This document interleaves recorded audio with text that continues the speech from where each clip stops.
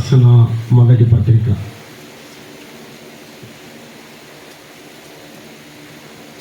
2వ అధ్యాయం 9వ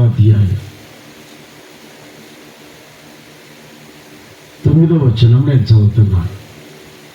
9వ వచనం. అయితే మీరు చీకటిలో నుండి ఆశ్చర్యకరమైన తన వెలుగులోనికి మిమ్మల్ని పిలిచిన వారి గుణాతిశయములను ప్రచురించే నిమిత్తము ఏర్పరచబడిన వంశమును, రాజులైన యాజక సమూహమును, పరిశుద్ధ జనమును, దేవుని సొత్తైన ప్రజలై ఉన్నారు. చదవబడిన లేఖన భాగాలను దేవుడు మన కొరకే దీవించి ఆశీర్వదించును గాక. తలలోంచడం చిన్న ప్రార్థన చేసుకుంది. పరిశుద్ధుడైన మా తండ్రి, పరలోకమందున్న ప్రియ ప్రభువా, మీకు వందనాలు, స్తోత్రాలు, స్తుతులు చెల్లిస్తా ఉన్నా. మీ కుమారుడైన యేసుక్రీస్తు ద్వారా మాకు అనుగ్రహించిన రక్షణ బట్టి స్తుతిస్తూ ఉన్నా. మీ అనాది సంకల్పంలో మమ్మల్ని ఏర్పాటు చేసుకున్న స్తోత్రాలు. దేవనగరంలో ఉన్న స్థానిక సంఘాన్ని బట్టి, ఇక్కడ ఉన్న పరిశుద్ధులను బట్టి స్తుతిస్తూ ఉన్నాం. మీ దాసుతం రాజును నిలబెట్టి మెచ్చిన వర్తమానం బట్టి స్తోత్రాలు. దావీదు వలె మీ సన్నిధానంలో మేము ఎక్కువగా ఉండటకు సహాయం చేయించింది. ఈ ఉదయకాలం మాతో మాట్లాడేందుకు స్తుతిస్తున్నాం. మా మధ్యలో మీ కుమారుని హెచ్చించి ఘనపరచమని, ఎండ తీవ్రతగా ఉంది, మీ సహాయం చేయమని, చేరువచ్చిన పరిశుద్ధులందరిని ఆశీర్వదించమని యేసుక్రీస్తు నామమును స్తుతించి అడిగి వేడుకుంటున్నాము తండ్రి, ఆమె. బాబు బాబు ఇటు పెట్టి కూర్చో, వాళ్ళు తిప్పేది కాదు, కూర్చోగలను, కూర్చో.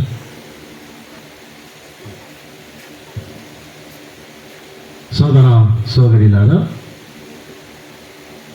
పేతురు రాసిన మొదటి పత్రిక 2వ అధ్యాయం 9వ వచనం మనం చదివా. ఇందులో ప్రాముఖ్యమైనది మనము పిలువబడితిమి అనే మాటను పేతురు ప్రతి అధ్యాయంలో రాశాడు. మనము పిలువబడితిమి. దేవుడు దేనికి పిలిచాడు, తన సంకల్పం ఏమిటో, తన ఆలోచన ఏమిటో ఈ పత్రికలో పేతురు భక్త కోటికైనా మనకు చక్కగా రాశాడు. మానవుని యొక్క జీవితం పిలుపుతోనే ప్రారంభమవుతుంది. ఏమ్మా అయ్యా, దేనితో? నేను చెప్తా, మీరు చెప్పాలి. వారికి గంగిరెద్దులాగుంటే కుదరగా, అర్థమైందా? ఓకే. మానవ జీవితం పిలుపుతోనే ప్రారంభమవుతుంది. సో మొదటిది మనము పిలువబడితేమన్నాడు. సో పిలుపు 2 రకాలుగా పేతురు చెప్తా ఉన్నారు. మొదటిది, మన పిలుపు రక్షణతో ప్రారంభమవుతుంది. సో మొదటిది దేనితో? నేను చెప్పమన్నాను కదా, అనుకున్నాను ముందు నన్ను. దేనితో? రక్షణతో ప్రారంభమవుతుంది. మన పిలుపు సమాధితో ముగిస్తూ ఉంది. రక్షణతో ప్రారంభమైన మన పిలుపు సమాధి పిలుపుతో ముగించబడుతూ ఉంది. అలాగైతే క్రీస్తు యొక్క పిలుపును అందుకొని రక్షణ ద్వారా క్రీస్తు దగ్గరకు చేర్చబడ్డా, లేదా సువార్త పిలుపును అందుకొని క్రీస్తు దగ్గరికి చేర్చబడ్డా. అలాగైతే సమాధి పిలుపుని అందుకొని క్రీస్తు దగ్గరికి చేర్చబడతా. సువార్త పిలుపు క్రీస్తు దగ్గరికి వచ్చా. ఏమో ఎక్కడికి వచ్చా? ఏ పిలుపు ద్వారా? అనుకున్నాను కూడా. ఏ పిలుపు ద్వారా? సువార్త పిలుపు ద్వారా క్రీస్తు దగ్గరికి వచ్చా. సమాధి పిలుపు ద్వారా ఎక్కడికి చేర్చబడతాం? అదే మీరు వినట్లేదు, నాకు అర్థమైంది. ఎక్కడ చేర్చబడతా? క్రీస్తు దగ్గరికి చేర్చబడతా. సువార్త పిలుపు క్రీస్తు దగ్గరికి వచ్చా, సమాధి పిలుపు క్రీస్తు దగ్గరికి చేర్చబడతా. ఈ మధ్యలో అపోస్తులైన పేతురు పిలుపుల గురించి ఒక 5 విషయాలు చెప్పారు. ఈ 5 అధ్యాయాల్లో 5 పిలుపులు ప్రముఖంగా చెప్పారు. అందులో మొదటి అధ్యాయం 16వ వచనం చివరి భాగంలో మధ్యలో మీరు పరిశుద్ధులుగా ఉండుటకు పిలువబడితే అన్నారు. దేనికి? అందరు చెప్పాలి, పరిశుద్ధులుగా ఉండుటకు. సో మొదటి పిలుపు రక్షింపబడిన మనల్ని దేవుడు పిలిచాడు. దేని కొరకు? పరిశుద్ధులుగా ఉండుటకు దేవుడు పిలిచాడు. అది మొదటిది. రెండవది, పేతురు రాసిన మొదటి పత్రిక 2వ అధ్యాయం 9వ వచనం, తన వెలుగులోనికి మిమ్మల్ని పిలిచినవాడు. సో రెండవది, వెలుగుగా ఉండటకు పిలవబడితివి. రెండవది, వెలుగుగా ఉండటకు పిలవబడితివి. ఒకటి ఏమో నోరు విత్తే బాగుంటుంది. ఒకటి అయ్యా పరిశుద్ధులుగా ఉండటకు పిలవబడితివి. రెండవది వెలుగుగా ఉండటకు పిలవబడితివి. మూడవదిగా అదే 2వ అధ్యాయం 20వ వచనం, తప్పిదములకే దెబ్బలు తిన్నప్పుడు మీరు సహించినగా మీకేమి ఘనము, మేలు చేసి బాధపడినప్పుడు మీరు సహించినగా అది దేవునికి హితమగును, ఇందుకు మీరు పిలబడితే. మూడవది, శ్రమను అనుభవించుటకు పిలబడితివి. పిలబడితివి. ఒకటి, పరిశుద్ధులుగా ఉండటకు పిలబడితివి. రెండవ, తమ్ముడు చూడు బాబు చూడు, అట్లే స్పీకర్ నేను ఏడున్నా, ఆడ తబలాలు ఉన్నాయి, వాళ్ళు ఉన్నారు. అర్థమైనా? సో మొదటిది పరిశుద్ధులుగా ఉండటకు పిలబడితివి. రెండవది వెలుగుగా ఉండటకు పిలబడితివి. మూడవది శ్రమను అనుభవించుటకు పిలబడితివి.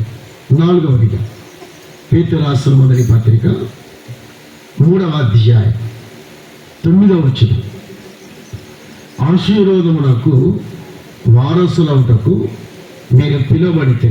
నాలుగవది, ఆశీర్వాదమునకు వారసులవుటకు పిలువబడితే.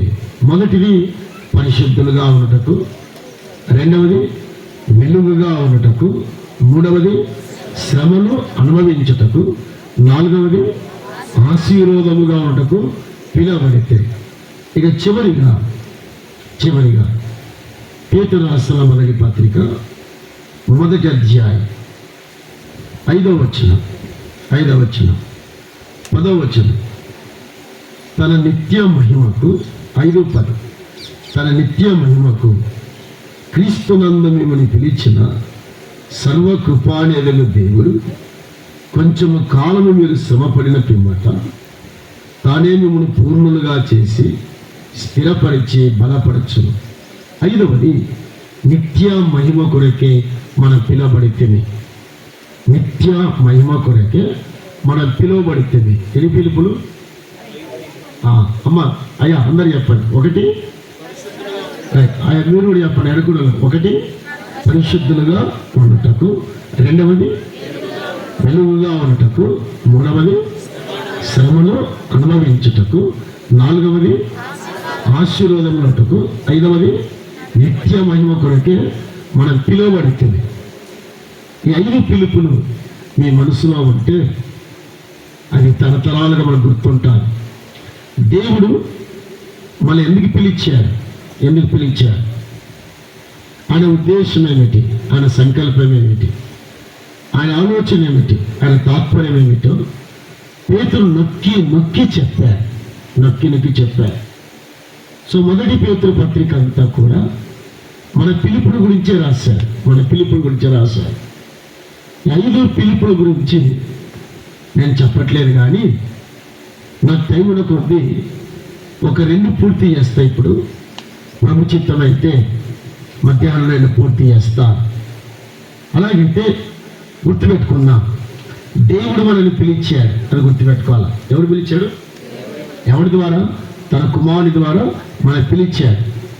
ఇది మీ మనసులో నెమరు వేసుకుంటూ ఉండాలి.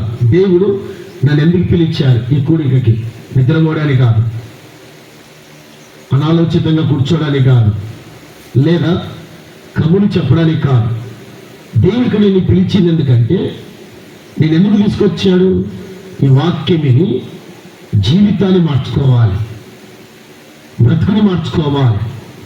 విశ్వాసాన్ని పేరు పెట్టుకున్నావు కానీ విశ్వాసి తగినట్టుగా దావీదు వలె నువ్వు లేవు, దొయ్యోగులగానే ఉన్నావు.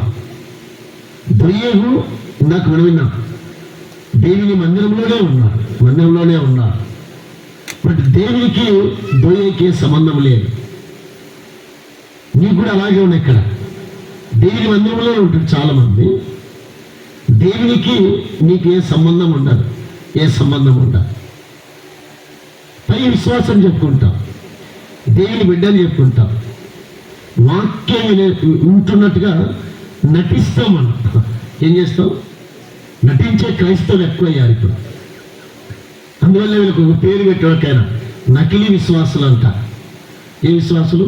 అటు చూస్తాం, ఇటు చూస్తాం, తిట్లు చూస్తుంటాం, వాక్యం వినమను. ఏ విశ్వాసులు చెప్పడే? అంతే. అందువల్ల పెద్దగా నీ జీవితం నీ భర్త మీద కానీ, నీ పిల్లల మీద కానీ, లేదా ఒక భర్తగా నీ భార్య మీద కానీ, నీ పిల్లల మీద కానీ వాక్య ప్రభావాన్ని చూపించట్లేదు. బ్రతుకులో ఉంటే కదా దేవుని యొక్క జీవితం. మన జీవితం ఆచరణాత్మకమైన క్రైస్తవ జీవితం, ప్రాక్టికల్ క్రిస్టియన్ లైఫ్ అంటారు ఇంగ్లీష్లో. క్రైస్తవ జీవితం కానీ క్రియారూపణ జీవితమై ఉండాలి. నటించే క్రైస్తవులు, నకిలీ క్రైస్తవులు ఎక్కువయ్యారంట. నకిలీ బాబాలు ఉన్నట్టుగా మనం అలా ఉండకూడదు. సరే, పేతురు పత్రికలో విషయాలు ధ్యానం చేద్దాం. పేతురు రాసిన మొదటి పత్రిక 2వ అధ్యాయం. మనం వెలుగుగా ఉండడానికి పిలువబడుతున్న దగ్గర కొన్ని సంగతులు నేర్చుకుందాం. 2వ అధ్యాయం 9వ వచనం. అయితే మీరు చీకటిలో నుండి ఆశ్చర్యకరమైన తన వెలుగులోనికి మిమ్మల్ని పిలిచిన వాడు అన్నాడు. ఎక్కడి నుండి? చీకటిలో నుండి అన్నాడు. ఎక్కడుండమ్మా? చీకటిలో నుండి. అపోస్తలుడైన పౌలు కూడా ఆ మాట చెప్పాడు, మనకు తెలుసు. ఎఫెసీయులకు రాసిన పత్రిక 5వ అధ్యాయం 8వ వచనం. మీరు పూర్వమందు చీకటి అయి ఉంటుంది, ఇప్పుడైతే ప్రభునందు వెలుగై ఉన్నారు. అదే 2 సంగతులు అక్కడే ఉన్నాయి. మనం పూర్వమందు ఏమై ఉన్నాము? ఆ చీకటి అయి ఉన్నామన్నారు. సోదరులారా, సోదరి, నీవు నేను మనం అందరం చీకటిలో ఉన్నప్పుడు 3 కార్యాలు చేశాం. ఒకటి, చీకటిని ప్రేమించిన వాడు. దీనిని అందరూ చెప్దాం. దీన్ని చీకటిని ప్రేమించిన వాడు. రెండవది, చీకటిలో నడిచిన వాడు అన్నాడు భక్తుడైన పౌలు. మూడవది, చీకటిని ప్రేమించిన వాడు, చీకటిలో నడిచిన వాడు, చీకటి కార్యములు చేసిన వాడు. అనగా చీకటిలో పాప కార్యాలు చేశాం. చీకటిని ప్రేమించిన వాడు, చీకటిలో నడిచిన వాడు, చీకటి కార్యాలను నీవు నేను చేసిన వాడు. కానీ ఇప్పుడు పేతురు అన్నాడు చీకటిలో నుండి అన్నాడు. అక్కడ ఏనుండి అంటే ఏమన్నాయి? ప్రేమించిన వాడు, నడిచిన వాడు, కార్యాలను చేసిన వాడు. మనల్ని బయట ఈ చీకటిలో నుండి అన్నాడు. ఆ వర్డ్ ఇంపార్టెంట్. నుండి ఏం చేశాడు? తన వెలుగులోనికి అన్నాడు. అక్కడ అర్థం కాదు కదా, ఏమన్నాడు? తన వెలుగులోనికి అన్నాడు. ఎలాగా చీకటి నుండి బయటకు వచ్చాం, ఎలా వెలుగులోనికి వచ్చాం. యోహాను సువార్తలో యేసు ప్రభు ఎలా అన్నాడో తానే రాశాడు. యోహాను సువార్త 1వ అధ్యాయం 4వ వచనం. ఆయనలో జీవం ఉండేను. ఆ జీవము చీకటిలో ఉన్న మనుషులకు ఏమైందంట? వెలుగై ఉంది. ఆయనలో జీవం ఉంది. జీవము లోకానికి వచ్చిన ద్వారా ఆ చీకటి ప్రపంచానికి ఆయన వెలుగు తెచ్చాడు. ఈ వెలుగు చీకటిలో ప్రవేశిస్తున్నాం మనము, నడుస్తున్నాం మనము, చీకటి కార్యాలు చేస్తున్నాం మనము. ఈ వెలుగులోనికి ఎలాగ వచ్చాం? ఇందాక మనం చదివాం. ఇప్పుడు ప్రభునందు మీరేమై ఉన్నారు? ఏమైనారు అంటే ఇప్పుడు అనే మాట ఇంపార్టెంట్ అని. సో చీకటిలో ఉన్నాం మనము, ఇప్పుడు వెలుగులో ఉన్నాం. ఈ వెలుగులోకి ఎలాగ వచ్చాం? ఆ మాట చదువుదాం. చదువు తెలిసిన మాట. కొరింథీయులకు రాసిన 2వ పత్రిక 4వ అధ్యాయం. పౌలు మనల్ని చీకటిలో నుండి ఎలా తీసుకొచ్చాడో, ప్రభువుని ఎలా వెలిగింపజేశాడో చెప్పాడు. కొరింథీయులకు రాసిన 2వ పత్రిక 4వ అధ్యాయం 4వ వచనం. దేవుని స్వరూపి అయిన క్రీస్తు మహిమను కనపడుచు సువార్త ప్రకాశం వారికి ప్రకాశింపకున్న నిమిత్తం యుగ సంబంధమైన దేవత అవిశ్వాసుల మనోనేత్రములకు గుడితనం కలగజేసిన అంధకారంలోని వెలుగు ప్రకాశించుగా పలికిన దేవుడే తన మహిమను గురించిన జ్ఞానం యేసుక్రీస్తునందే వెల్లడించుటకు మా హృదయములలో యేసుక్రీస్తు ద్వారా పరిశుద్ధాత్మలతో మాట్లాడుతుండగా మనం వెలుగులోనికి వచ్చామని ఎంత తేటగా చెప్పాడు సోదరులారా. ఈ సువార్త వెలుగు అన్నాడు అక్కడ. ఈ సువార్త అనగా ఒక పాపిని వెలిగించిందేది స్వస్థతగా, అమ్మా విన్నారు ఇక్కడ, రోగాలు కాదు, ఏది సువార్త వెలుగు అన్నాడు. ఎవరు? సో మానవుడు చీకటిలో ఉండగా, చీకటిని ప్రేమిస్తుండగా, కానీ సువార్త మన హృదయాన్ని వెలిగింప చేయడం ద్వారా మనమందరం క్రీస్తు దగ్గరికి వచ్చాం, లేదా క్రీస్తులో చేర్చబడ్డా. కాబట్టి పౌలు అన్నట్టుగా ఇప్పుడు ప్రభునందు మనం ఏమై ఉన్నాం? వెలుగై ఉన్నాం. మన ప్రభునందు ఏమై ఉన్నాం? వెలుగై ఉన్నాం. అలాగైతే మనం వెలిగింపబడిన తర్వాత ఇతరులకు వెలుగుగా ఉండాలి. నా పైన అర్థమైనా? ఎలా ఉండాలి? సో ప్రతి విశ్వాసి పరిశుద్ధాత్ముని ద్వారా వెలిగింపబడ్డాడు. సో వెలిగింపబడిన విశ్వాసి ఈ దేవనగరములు, పలుకూరులో, కర్నూలులో, లేదా ఉభయ కర్నూలు జిల్లాలో నేను ఇతరులకు వెలుగుగా ఉండాలి. ఎలా ఉండాలి? అందరూ ఎలా ఉండాలా? ఎవరమ్మా? వెలిగించబడిన వాడు. అందులో మీరు వినాలా, వినకపోతే నకిలీ విశ్వాసం అంటాను నేను. అర్థమైందా? సో నేను వెలిగింపబడ్డాము కాబట్టి ఇతరులకు ఎలా ఉండాలా? ఎలా ఉండాలా? వెలుగుగా ఉండాలి. నువ్వు వెలుగుగా లేవంటే క్రీస్తులో చేర్చబడిన ఇంకా చీకటినే ప్రేమిస్తూ ఉన్నా, ఇంకా చీకటి ప్రేమిస్తున్నా, చీకటిని ఆశిస్తున్నా, చీకటి కోరికలు నీలో ఉన్నాయి. నీ విశ్వాసమే ప్రవృత్తులు కడగబడిన వాడే, కానీ చీకటిని ఎందుకు ఎక్కువగా ప్రేమిస్తున్నా? అందువల్ల సీరియల్ చూస్తావు, సినిమా చూస్తావు, బూతులాడతావు. నువ్వే కూర్చున్నా, నువ్వే ఇక్కడ పాపానికి ఎక్కువ ఇష్టపడతావు, పాపానికి లాగుతావు. కారణం నీ వెలుగుగా లేవు క్రీస్తు కొరకి. నీ జీవితంలో అది కనిపించట్లేదు, అది అగుపడట్లేదు. అలాగైతే ఒక విశ్వాసి వెలుగుగా ఉండాలంటే ఎలా ఉండాలి? బైబిల్ ఏం చెప్తుంది? లేఖనాలు మనకేం బోధిస్తుంది? ఒక 4 నేర్చుకుందాం, లేదా అందులో కొన్ని సంగతులు నేర్చుకుందాం. సో ఒకటి ఇలా రాసుకుందాం.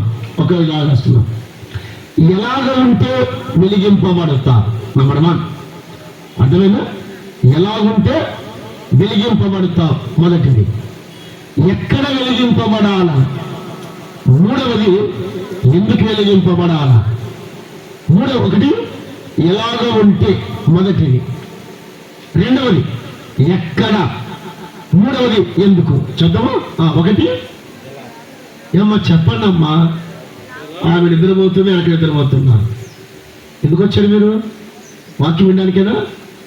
ఒకటి ఎలాగుంటే వెలిగింపబడతావు, రెండవది ఎక్కడుంటే వెలిగింపబడతావు, మూడవది ఎందుకు వెలిగింపబడాలి.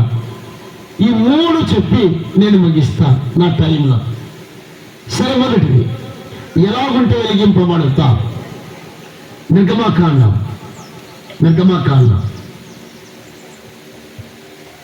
34వ అధ్యాయం. నిర్గమాకాండం 34వ అధ్యాయం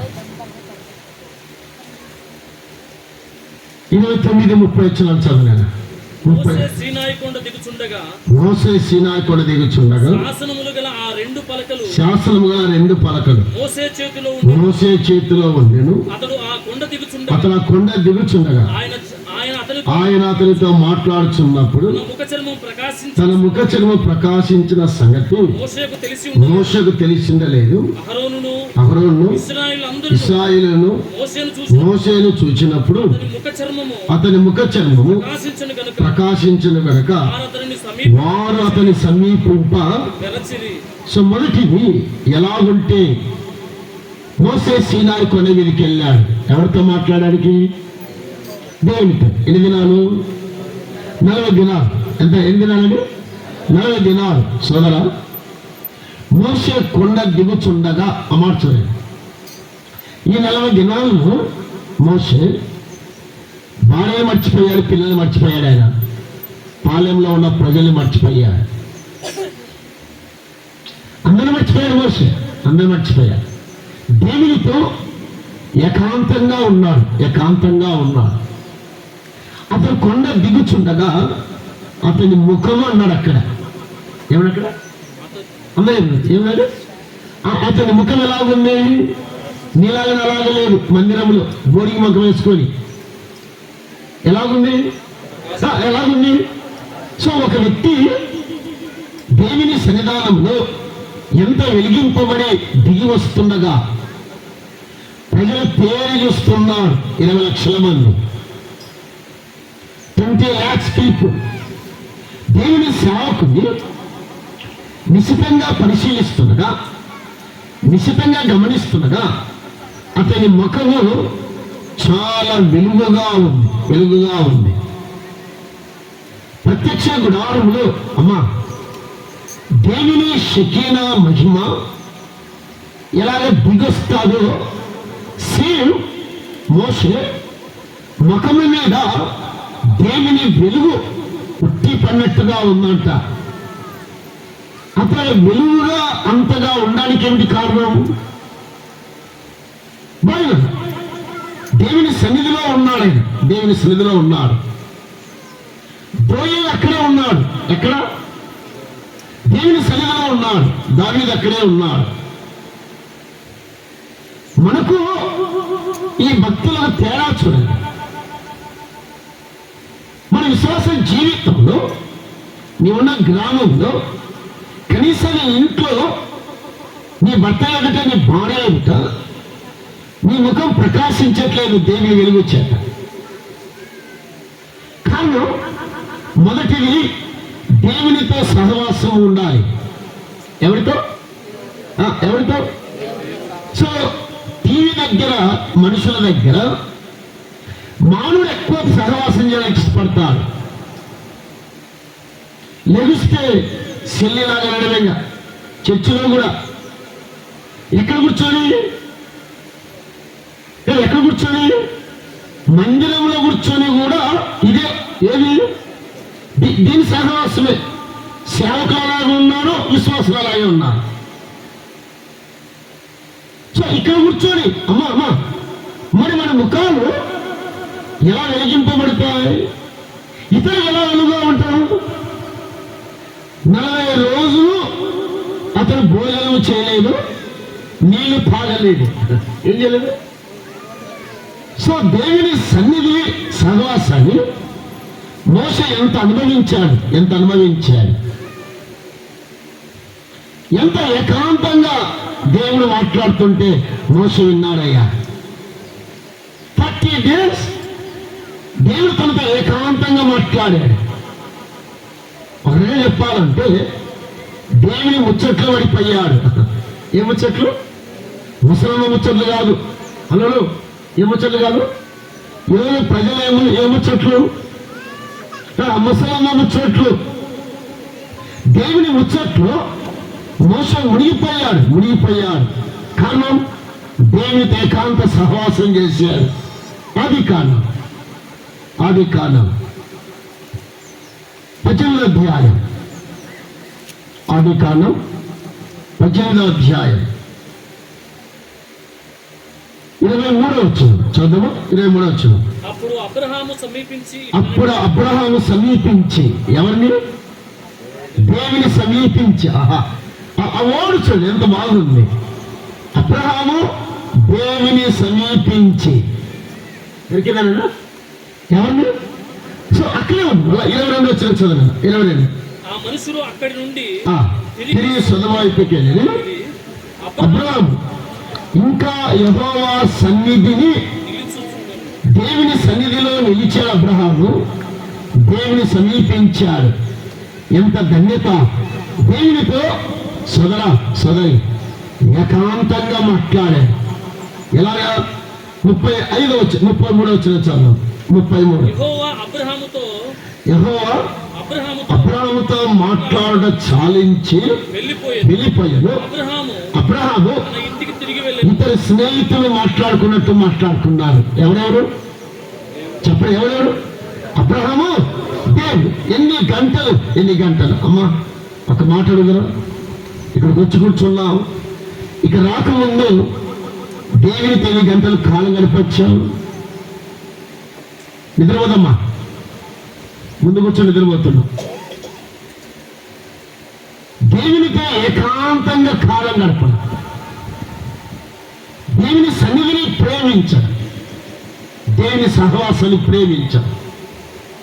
మన బ్రదర్ ఉద్యమంలో ఒకడైన జార్జ్ ముల్లర్ గారు 24 గంటల్లో 16 గంటలు దేవునితో ఏకాంతంగా మాట్లాడతారు. ఎన్ని గంటలు? 16 hours. 16 గంటలు దేవునితో ఏకాంతంగా మాట్లాడతారు. 6 తీసే అక్కడ ఎంత ఉంది? 16 గంటలు 6 తీసేస్తుంది. 1 గంట దేవునితో మాట్లాడట్లేదు మనం.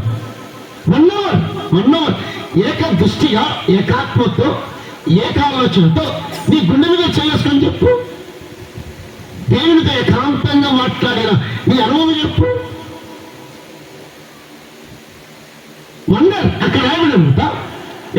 యెహోవా అబ్రహాముతో మాట్లాడి తన ఇంటికి వెళ్ళాడు. పరమునకి వెళ్ళాడు. అబ్రహాము తన ఇంటికి వెళ్ళాడు. ఆ ఓడు చూడండి, మళ్ళాంటి అబ్రహామే. దేవునితో ఏకాంత సహవాసం. దుర్యోగులాగా మారే మనం అంతే. దుర్యోగే. ఎక్కడ కూర్చున్నా చెప్పలే? అమెరికాలో నీకు ఇద్దరు రాలేదంట. డాక్టర్ దగ్గరికి వెళ్ళాడంట. ఎక్కడ? అదే చర్చికి వెళ్ళమన్నాడంట. దేని కొరకమ్మా? మీరు కూడా అలాగే ఉన్నారు.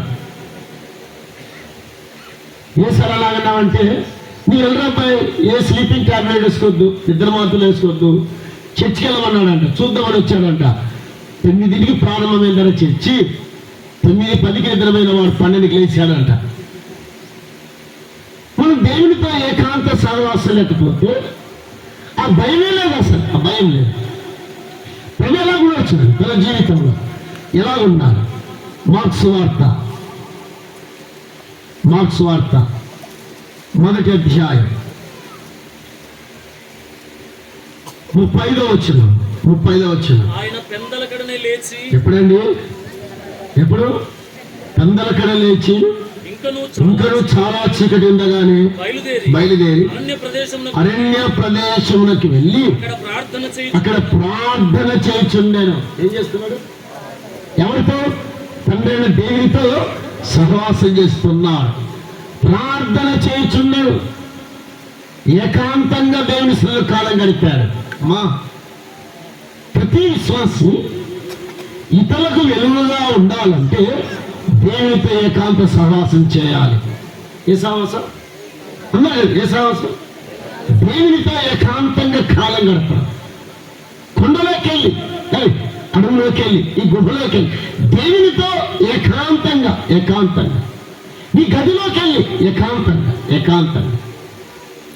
అబ్రాహాము ఏకాంతంగా కాలం గడిపాడు. మన ప్రభు మాదిరి చూడండి.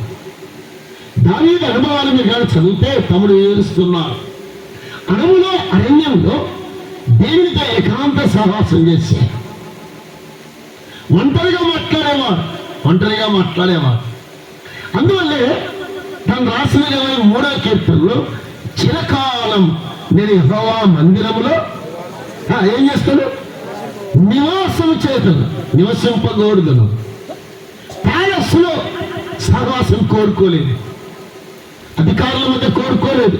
అయ్యా, జనాల మధ్య కాదు, దేవునితో ఏకాంతంగా ఉండడం ప్రభు మాదిరి చూపిస్తున్నారు.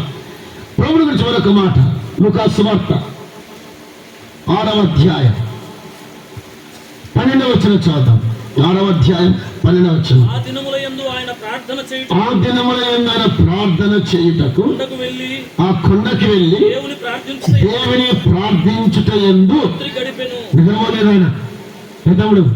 ఆల్రెడీ ప్రేయర్ అని నిద్ర కాదు, కమ్మగా కూరని నేను కోడి తిని పడుకునేది కాదు. రాత్రి గడిపాను ప్రార్థన యందు. ఎవరితో?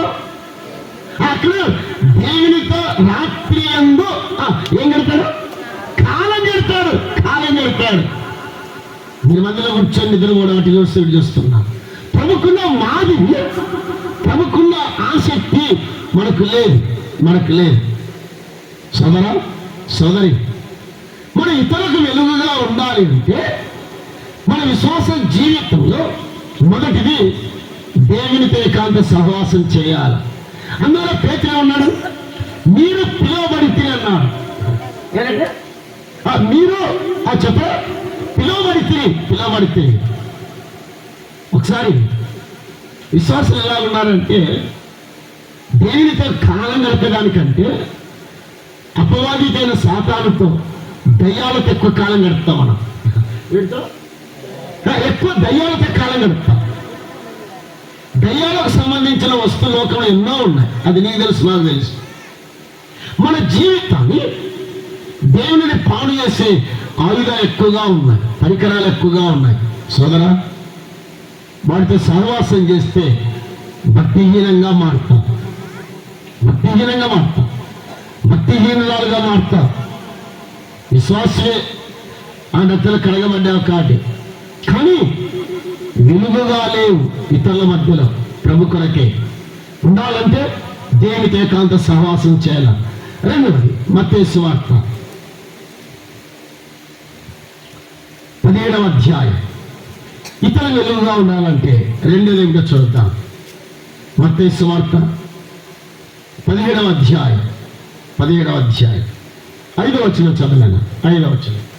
అతడు ఇంకనూ మాట్లాడుచుండగా ఇదిగో ప్రకాశమానమైన ఒక మేఘము 2వ వచనం చదవలేను. మొదటి 2వ వచనం చదువుదాం. మొదటి 2వ వచనం. 6 దినములైన తర్వాత యేసు పేతురును యాకోబును అతని సహోదరుని యోహాను వెంటబెట్టుకుని ఎత్తైన ఒక కొండ మీదకి ఏకాంతంగా పోయి వారి ఎదుట రూపాంతరం పొందెను. ఆయన ముఖం సూర్యుని వలె ప్రకాశించెను. అసలు ఎలాగుంది? మోషే ముఖం ఎలాగుంది? మీరు చదివారు కదా, ఎలా ఉంటాడు? మీ బైబిల్లో చదివారు ఇందాక మీరు. అతని ముఖము ప్రకాశించినందున ప్రజలు అతను చూడవలసింది. ప్రజల దగ్గర రాలేకపోయారు. ఎవరి దగ్గరికి? మోషే దేవదూతలు మానవుడే, కానీ ప్రజలు దగ్గరికి రాలేదు. కారణం అతని ముఖం ఎలాగుంది? ప్రకాశించినందున. మన ముఖం మన ముఖాలు ఎలా ఉన్నాడండి? మీరేమీ చెప్పట్లేదు నాకు,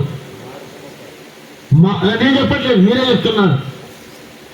మోసే ముఖం వేరుంది, మన ముఖం ఏ తేడా ఏంటి? మోసే మనకన్నా కోపిస్తాడు. ఒకడు చంపాడు లేదా? చంపి ఏం చేశాడు? పాతి పెట్టాడు.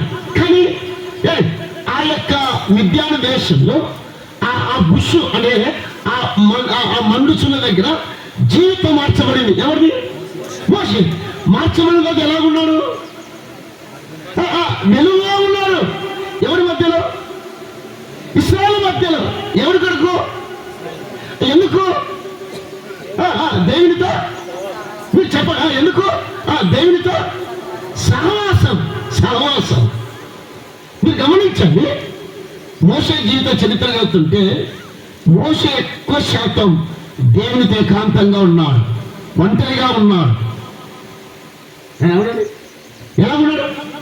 ఒంటరిగా ఉన్నాడు. బయట ప్రజల మధ్య కంటే దేవునితో ఏకాంతంగా ఉన్నాడు.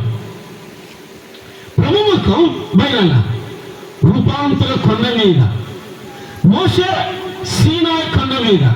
ఎక్కడ మీద? సీనాయి కొండ మీద ప్రజాపతి చూడగా ప్రకాశిస్తున్నారు. కొండ మీద అపొస్తలులు ఉన్నారు. పేతురు, యోహాను, యాకోబు ఉన్నాడు. బయలుదేరమ్మ. వాళ్ళు అతని తేరి చూడగా ఆయన ముఖం ఎలా ఉంది? సూర్యుని వలె ఉంది. సూర్యుడి ప్రతాపం ఎక్కువైంది కాబట్టి కూర్చొని ఇబ్బందిగా ఉంది. ఇక్కడ నాకు అర్థమైంది. బట్ ఆయన ముఖం ఎలా ఉంది? సూర్యుని వల్ల ప్రకాశించింది. అమ్మో, ప్రభు ముఖం ఇంత తేజోవంతంగా కనబడుతుంది. తమ్ముడు, నీవు నేను ఎందుకు లేవరాగా? రోషం లేదా నీకు? నాకు దేవుని బిడ్డలను చెప్పుకుంటున్నావు కదా, నీవు నేను కుమార్తెని చెప్పుకుంటున్నావు కదా. ఈ పలుకూరులో, ఈ దేవనగరంలో, ఈ చుట్టుపక్కల నీ ముఖాన్ని చూస్తే నీలో దేవుడు ఉట్టి పడినట్టు కనబడాలి. నీ ముఖంలో ఇతర దేవుని బిడ్డని కనబడాలి కదా, ఈ దేవుని కుమార్తెని కనబడాలి కదా. మనం ఎవరు బిడ్డలము? మీరు చెప్పండి, ఎవరు బిడ్డలు? మరి లోకం వల్ల ఎందుకు చూడలేకపోతుంది దేవుని బిడ్డలుగా? వీర విశ్వాసులని అసహించుకుంటున్నారు కదా, వీర దేవుని బిడ్డలు అసహించుకుంటున్నారు కదా. పేతురు ఎంత బాగా చెప్పాడు. మీరు చీకటిలో నుండి మీరు పిలవడ్డారు, వెలుగులోకి వచ్చారు. మీరు వెలుగులోకి వచ్చారు. మరి మన జీవితంలో ఎలా ఉండాలి? ప్రభు అంత సూర్యుని ప్రకాశ తేజస్సుని ఎలా కలిగి ఉన్నాడు? దానికి కారణం ఏమిటి? మత్తయి ఏం రాస్తున్నాడు? 17వ అధ్యాయం 5వ వచనం చదువు. 5వ వచనం. అతని ఇంకను 17వ అధ్యాయం 5 మాట్లాడుచుండగా, ఇదిగో ప్రకాశమైన ఒక మేఘం వారిని కమ్ముకొనెను. ఇదిగో ఈయన నా ప్రియ కుమారుడు, ఈయన యందు. అక్కడ ఈయన యందు నేను. సో ఇంగ్లీష్లో బాగుంది. ఇంగ్లీష్లో ఏముందంటే, ఈయన నన్ను సంతోష పెట్టేవాడు. మన ఇతరులకు వెలుగుగా ఉండాలంటే ఒకటి దేవునితో ఏకాంత సహవాసం, రెండవది దేవుని సంతోష పెట్టాలి. ఎవరిని అన్నా? ఇప్పుడు ఎవరిని? అమ్మా, ఎవరిని? ఇలా తమ్ముడు గురించి ఒక్క నా చెవులో వినబడింది. పౌలు బయనాల రక్త సంబంధికులైన, ఆత్మ సంబంధికులైన ఎక్కడ కూడా రాజీ పడలేదు. రాజీ పడ్డాడు? చెప్పండి, ఏం రాజీ పడ్డాడు? మీరు బాగా మన వాక్యం బాగా 400 ఏళ్ల తర్వాత మలాకీ గ్రంథానికి మత్తయి సువార్తకు 400 ఏళ్ళు గ్యాప్ వచ్చింది. ఎన్నేళ్ళు? ఎన్నేళ్ళు అన్నా? ఇప్పుడు గట్టి చెప్పండి, ఎన్నేళ్ళు? ఈ 400 ఏళ్ళలో ఏ పురుషుడు కానీ ఏ స్త్రీ కానీ దేవుని సంతోషపెట్టలేదు. ఎన్నేళ్ళు? 400 ఏళ్ల తర్వాత ఆకాశం నుండి శబ్దం వినబడతా ఉంది. This is my beloved son whom I am well pleased. నన్ను సంతోషపెట్టేవాడు, నన్ను ఆనందపెట్టేవాడు, నా మాట వినేవాడు. అమ్మా, ప్రతి విశ్వాసి, ప్రతి దేవుని బిడ్డ దేవుని కొరకే వెలుగుగా ఉండాలి నీవు నేను ఇతరుల మధ్య అంటే మన విశ్వాస జీవితంలో మనము దేవుని సంతోషపెట్టేవాడమై ఉండాలి. విశ్వాసి అమ్మా మా విను 1952 సంవత్సరం గమ్మేయాడు 16 కుర్రోళ్ళకు మాట్లాడినాడు, సవాల్ చేశాడు. పోలీస్ అధికారి, దేశ పోలీస్ అధికారి, మామూలుగా స్టేట్ అధికారి కాదు, దేశ పోలీస్ అధికారి. ఢిల్లీలో ఎలా ఉంటారు మనకు, ఆ దేశ అధికారి వాళ్ళ నాన్న వాళ్ళ అమ్మను జైలు తీసుకెళ్తుండగా ఈ కుర్రోడు కూడా పట్టుకొని వెళ్ళారు. వాళ్ళ అమ్మను వాళ్ళ నాన్నను జీప్లో నుండి లాగి పిస్టల్తో కాల్ చేశాడు జైలు అధికారి. వాళ్ళ అమ్మని అబ్బాయిని తీసుకొని భయంకరంగా కొట్టాడయ్యా. 4 రోజులు కొట్టాడు. ముఖం మారింది వాళ్ళ అమ్మని, గుర్తుపట్టేంత కొట్టాడు. ఈ అబ్బాయిని కూడా కొట్టాడు. 5వ రోజుకి నిలబెట్టి బయట రాను, చెప్పండి సార్ అన్న. ఆ గేటు దగ్గర ఒక ఆవిడ కూర్చోడు అన్నాడు. ఇలా చూశాడు, ఎవడన్నాడు, గుర్తుపట్టలేదు సార్, ఎవడేమన్నా నిలదన్నాడు. వాళ్ళమ్మ దగ్గరికి వెళ్ళన్నాడు. దగ్గరికి వెళ్ళాడు. ఎవరన్నాడు, మా అమ్మ సార్ అన్నాడు. బైబిల్ కింద పెట్టన్నాడు. ఏం చేయాలి సార్ అన్నాడు. 2 కాళ్ళు దాని మీద పెట్టి మీ అమ్మని తీసుకెళ్ళమన్నాడు.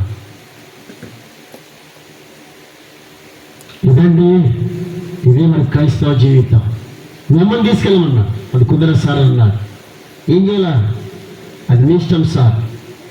మరి మన బాబు చూస్తుండగా వాళ్ళ అమ్మని కాల్చి పడేసాడు. ఆయన రక్తం ఇక్కడ దగ్గరకు వచ్చింది. వాళ్ళు ఇప్పుడు చెప్పన్నా సార్, మా నాన్న చచ్చిపోయాడు, నేను చచ్చిపోతాను, మా అమ్మ చచ్చిపోయింది, ఇద్దరు చచ్చిపోయారు, కానీ నేను చచ్చిపోకుండా ఒక నా కోరిక ఉంది. ఏంటి అది అన్నాడు. నీ కోరిక తీరుస్తున్నాడు, నిన్ను వెలిగించి ప్రభు దగ్గరికి చేర్చుతాను. చూడు మా వింటాడు, నిన్ను వెలిగింప చేస్తే ప్రభు దగ్గరికి నడిపిస్తాను, అంతవరకు చావని సార్ అన్నాడు. ఈ మాట అంటుండే కాల్చి పడేసాడు వాడిని. వాళ్ళ అమ్మ శవం, నేను శవం తెచ్చాడు. బైబిల్ రక్తం మడుగులో పడేశాడు. బైబిల్ అంతా రక్తంగా, ఆ రక్త మడుగులో ప్రతి పేజీ రక్తం తాకింది. ఇక్కడ కుర్రోడి కోరిక, సార్ నేను వెలిగింపజేస్తాను. తల్లిని సంతోషపెట్టడానికి బైబిల్ మీద కాలు పెట్టలేదు.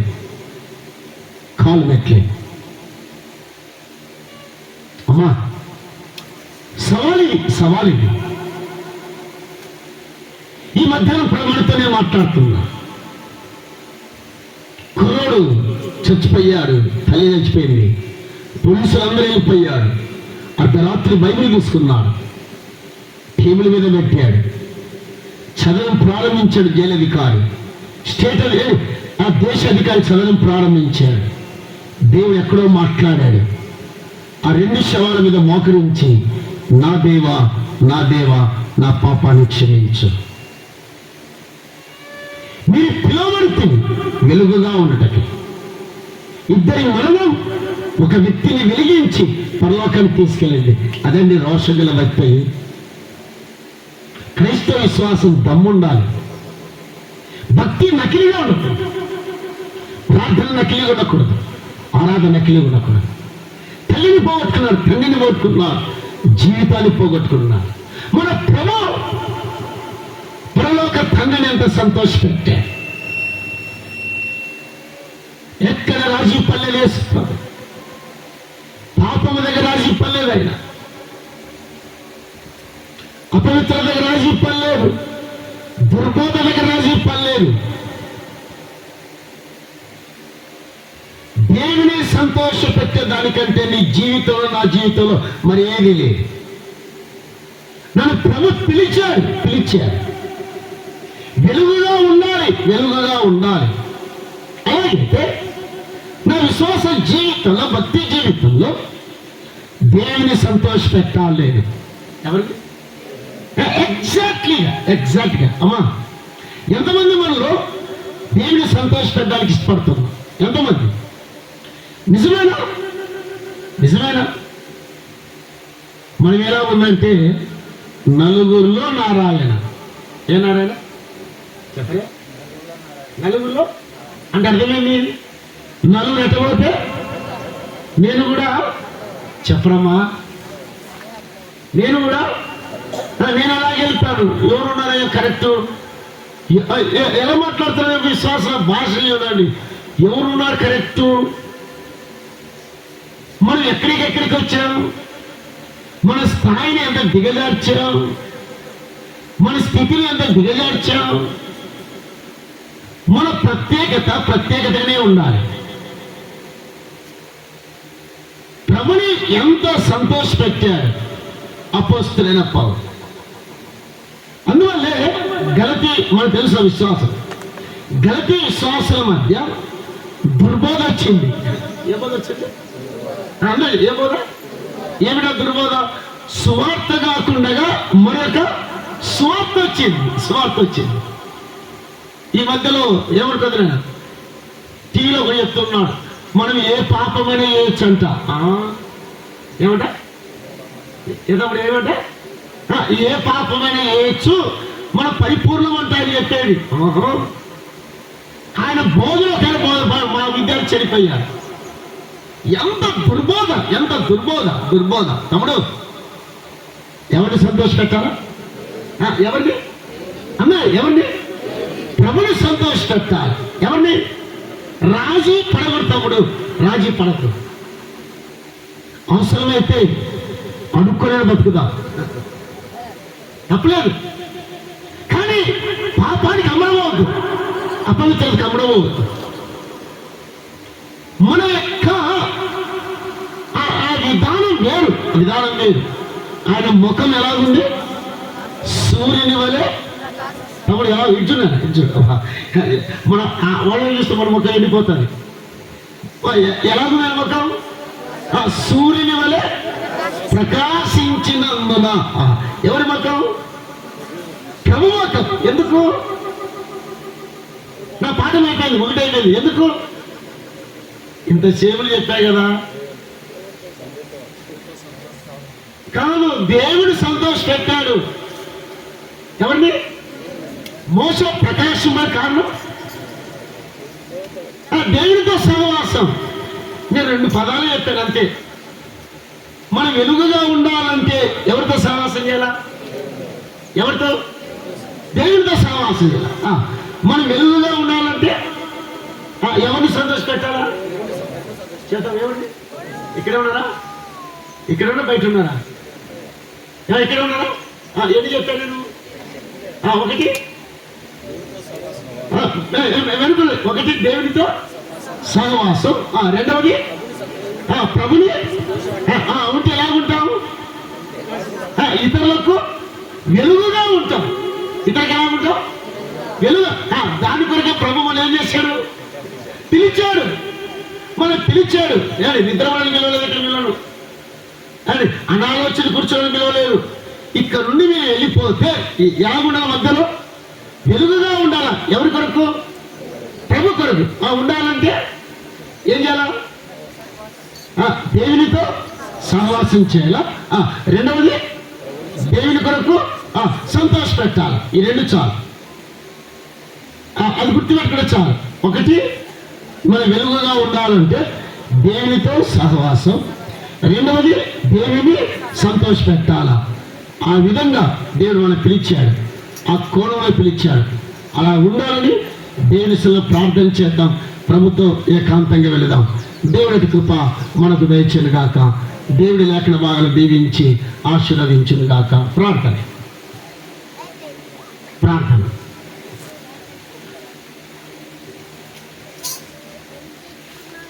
సోదర సోదరి, దావీదు దోయేగుల గురించి మనం విన్నాం. దోయేగు ఎమ్మనూయేవు అక్కడ ఉండేనని రాయబడింది. అక్కడ తమ్ముడు చెప్పినట్టుగా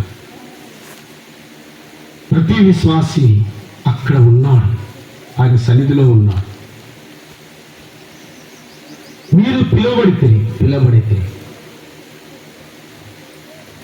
కానీ ఆ పిలుపుడు కాలుతో తగ్గుతున్నాం. మనం అర్థం కావట్లేదు, సరిగా గ్రహించలేకపోతున్నాం, బాధతో మాట్లాడుతున్నాం. దేవుడు నన్ను ఎందుకు పిలిచాడు? ఈ లోకంలో లక్షల కోట్ల మంది ఉన్నారు, 130 కోట్ల మందిలో దేవుడు నన్ను పిలిచాడు. కారణం వెలుగుగా ఉండటకే. నేను అనుకుని వెలుగుగా ఉండాలంటే దేవుడితో ఏకాంత సహవాసం చేయాలి. ఉందా సహవాసం? మందిరంలోనే ఉన్నాం, దోయగిలాగా దేవునితో సహవాసం లేదు. ఎంత విచారం కదా, ఎంత బాధాకర. అక్కడే ఉన్నాం. ఏళ్ళు అక్కడే ఉన్నాడు, శిలోహు మందిరంలో. దేవునితో సంబంధం లేదు. సమీర్ అక్కడే ఉన్నాడు, దేవునితో సంబంధం ఉంది. ఇద్దరు ఒకే మందిరంలో ఉన్నారు, శిలోహులో. దేవునితో సహవాసంలో దేనికి? బాలుడైన సమయానికి దేవునితో సహవాసం ఉంది. నీకుందా? ఎన్ని గంటలు దేవునితో సహవాసం చేస్తున్నావు? నీ జీవితంలో ప్రభుని సంతోషపెడతాం నిజమేనా? వాస్తవమేనా? నీ గుండె మీద చేసుకొని నేను ఈ దీని దగ్గర, ఫలానా దాని దగ్గర నేను ప్రభుని సంతోషపెట్టాను, నా ద్వారా ప్రభు సంతోషించాడు. నా జీవితంలో నా విశ్వాస జీవితంలో, భక్తి జీవితంలో ఈ పరిస్థితుల మధ్యలో, ఇలాంటి మధ్యలో నేను ప్రభుని సంతోషపెట్టాను. ప్రభులాగా మనం చెప్పగలుగుతాను, ప్రభుని గురించి అలా చెప్పగలుగుతాను. ఈవిడ ఏమే నన్ను సంతోషపెట్టింది, ఆనంద పెట్టింది.